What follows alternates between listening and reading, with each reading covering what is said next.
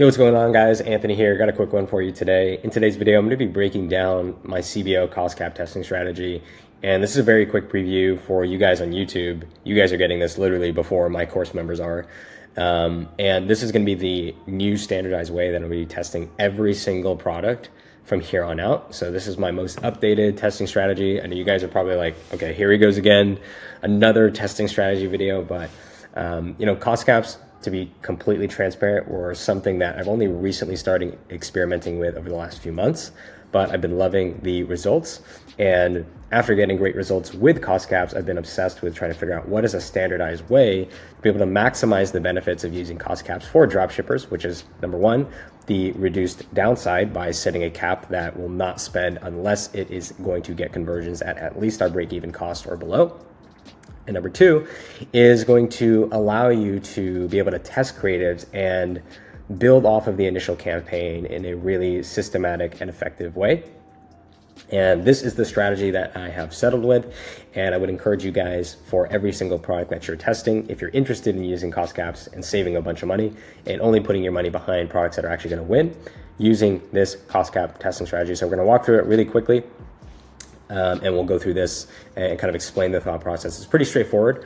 Before we do that, really quick, got your econ. If you guys want to join, first link in the description. Don't want to spend too much time on this, but basically, it's my complete Shopify dropshipping masterclass. Shows you step-by-step how to reverse engineer my 7-figure dropshipping business. When you join, you get access to the masterclass. We have 3 weekly Q&As on the calendar. Get access to a whole slew of paid tools as well. So PP ads, Shop Hunter, worth over $300. You get them for free. And if you join today, you get access to a free one-on-one coaching call as well. We are going to close enrollment on the 5th, and this is also the lowest price the community will ever be. So make sure, if you want to join and get access to the masterclass, the 3 weekly Q&As every single week with myself, a free one-on-one coaching call, as well as hundreds of dollars worth of free paid tools. PP ads, Shop Hunter, we've got another one, Kalo data, that's coming on the way as well. Hit the first link in the description, and I will see you guys inside. Now, enough about that. CBO cost cap testing strategy. Now, I've been using CBO and ABO and testing different things, and the truth is, guys, I'm getting good results with both, using CBO cost cap as well as ABO cost cap. Now, the main reason why I'm deciding to go with CBO cost cap is on an ABO campaign, you have to, if you want to add in and test new creatives, you have to launch them in a separate ad set with their own budget, or you have to launch them into the same ad set. So I found, from an organizational standpoint, it was very, very difficult to be able to add in new creatives in a really clean and effective way. Whereas with a CBO campaign, I'm very used to using CBO, where you can just add in new ad sets. And as long as those ad sets have new creatives and you're set at the exact same cost cap, then it's effectively the same thing, but it allows for a lot more organization, and you can test in batches. All right, so as you guys know, really quick, one of the most key critical pieces of a successful dropshipping business is having a product that people actually want and having strong product market fit. One of the easiest ways to find products like that is to use tools to your advantage that will literally tell you what products are currently trending. And that's exactly why one of my favorite places to go for finding trending, current winning products is AutoDS. They literally have a section inside of the platform called trending products. And what I love about trending products specifically is how easy it is to use. I usually like to filter to at least more than 20,000 impressions because we want to see things that are actually trending up. I came across this product here, and this fits my niche store very, very well. You can see the general sales curve, and as you can see, it's been trending downwards. So very quickly, as you click into any product that you find on AutoDS, you get all of the high level metrics that you need to know whether or not a product is working well. If you want to get access to the trending products feature within AutoDS and the entire platform that has so many features, hit one of the first links in the description below. I have partnered with AutoDS to give my audience an exclusive free month. Huge shout out to AutoDS for sponsoring today's video. And now let's get back to the video. So CBO basically just allows for a little bit more flexibility, and to me, functionally, they are the exact same thing. What really matters is if you have a good product, if you have good creative, a good offer, and a good landing page. It really doesn't matter if you do CBO versus ABO. So the magic is not in the account. The magic is in all of those other things. And if you combine that with a cost cap and you have the right product, then you are off to the races. So we're gonna be doing a CBO campaign, $150 a day. You can go lower than this. I would say whatever your cost cap is, like, you need to be spending that at least at a minimum per day. So if you have a $50 cost cap, then you need to be spending at least 50 bucks a day. So if you're selling higher ticket products and you're at like $100 break even point, do not set your budget to 50 bucks. Make sure you can spend at least 1x your cost cap in a single day. I like to go 150 because I think that's just enough budget to give products a fair shot. I generally have been seeing pretty good results with that. We're going to do separate campaigns for every single product. New offers, new landing page, any variable where either the product or the offer or the landing page is changing is going to go into its own campaign. Do not test, even if it's the same product, if you're going to do a different offer, new campaign. If it's a new landing page, you want to test a listicle, an advertorial, new campaign, just to keep it really clean. Very simple setup. So CBO campaign or Advantage Plus budget, whatever they want to call it. Then we have our one ad set per campaign. So on that ad set, we're going to set our cost cap to 20% below our break-even point. Very simple. Take the sale price, subtract your cost of goods and your shipping, whatever's left over, go 20% below that, and that's going to be your cost cap. The reason why we do that is because if we cannot get conversions at 20% below our break-even point within the first few days, then we're pretty much screwed on running lowest cost. If you have the good product, if you have a good product, if you have a good creative, good offer, good landing page, it will hit at 20% below your break-even point. So 20% below break-even point for the cost cap, 7-day click, 1-day view. I'll add that in here as well. Day click / 1-day view. I like 7-day click, 1-day view because it allows for a longer attribution window. But that also means that you're also giving Meta more time to be able to get to that cost cap. Because remember, a key thing that a lot of people forget with cost caps is the algorithm is going to try and get you conversions at that target, whatever you set, over the duration of your attribution window. So if you have a 7-day attribution window, Meta thinks to itself that it has 7 days to actually get you conversions and average out that CPA towards your cost cap. However, if you have a 1-day click, then it's going to shrink down and you have 1 day. But the 1-day window is obviously much stricter, which usually leads to much less delivery. And in the beginning, we're just trying to go as broad as possible, afford ourselves as much margin for error as possible. And so that's why we keep the window as wide as possible.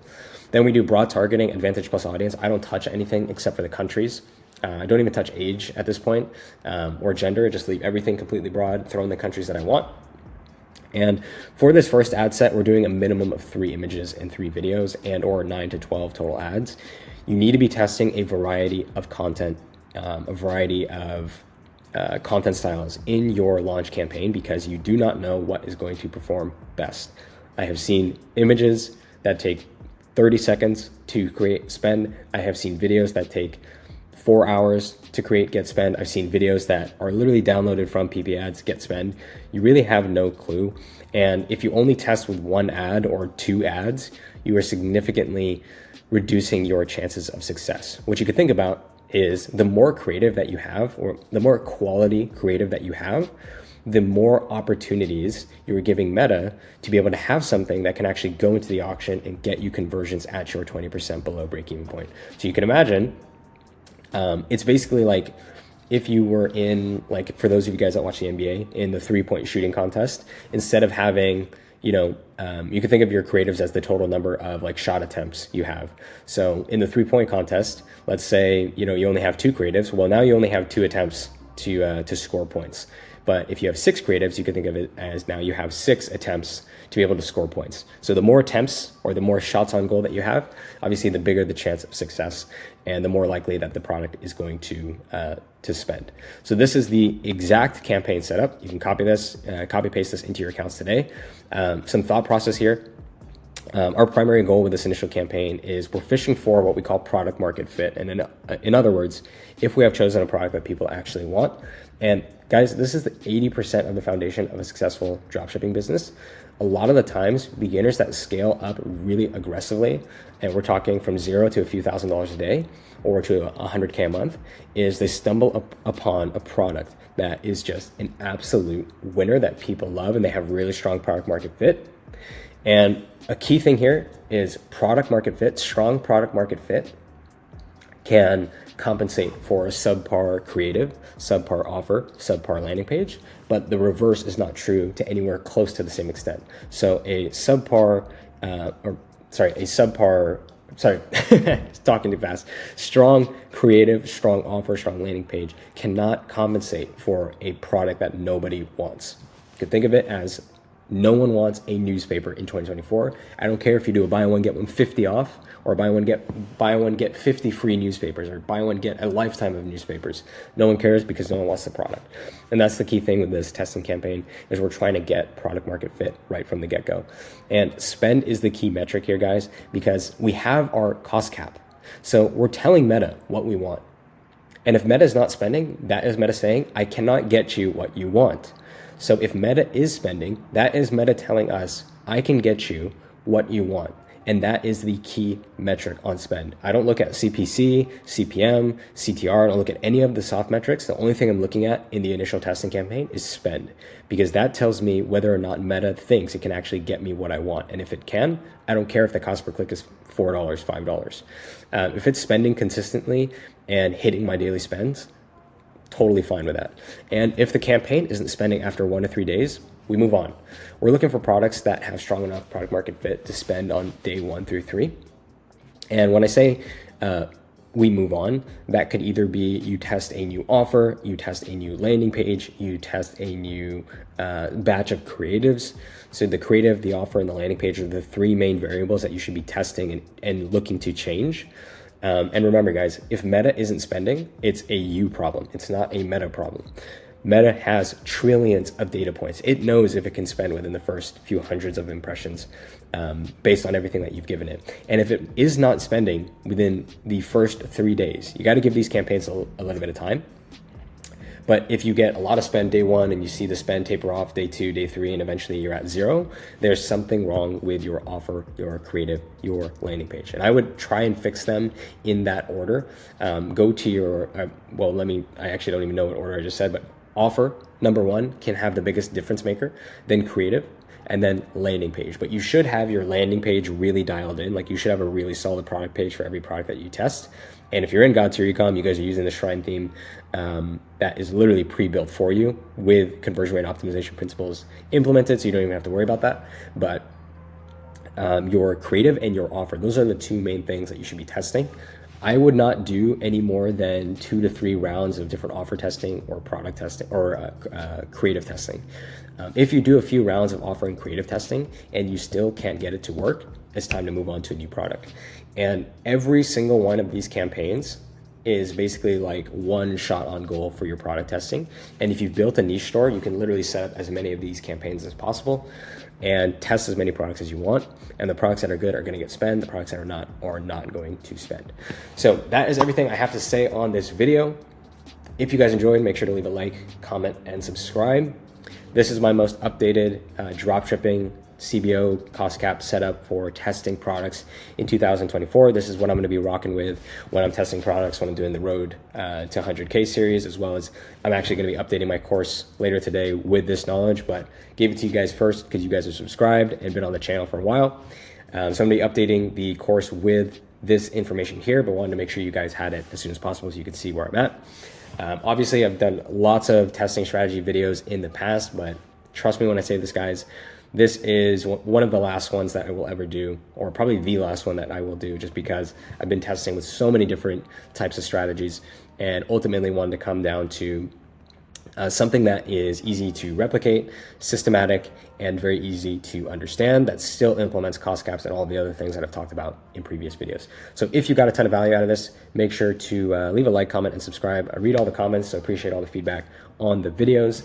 Last quick shout out, if you want to get access to my complete masterclass that shows you step-by-step how to do everything we talked about in this video from scratch, 3 weekly Q&As with myself, the free one-on-one coaching call, as well as access to a whole slew of shared SpyTool accounts. Going into the classroom, I'll show you really quick what we do. I give you the action plan, $2,000 a day, product research. I've even built the store for you. We get into creatives, how to set up the testing campaign, scaling, all that good stuff. If you want access to that, hit one of the first links in the description below. I want you guys to get in before the price goes up on the 5th and enrollment closes. This is the lowest price it will ever be. And if you join today, you will lock in your spot and never have to pay the updated price. So that's going to be it for this video. Hope you guys enjoyed. Make sure to take a screenshot of this, start testing this. Let me know what you think about cost caps. And if you use this strategy, let me know what results you're getting in the comments below. And I will catch you guys in the next one. Peace.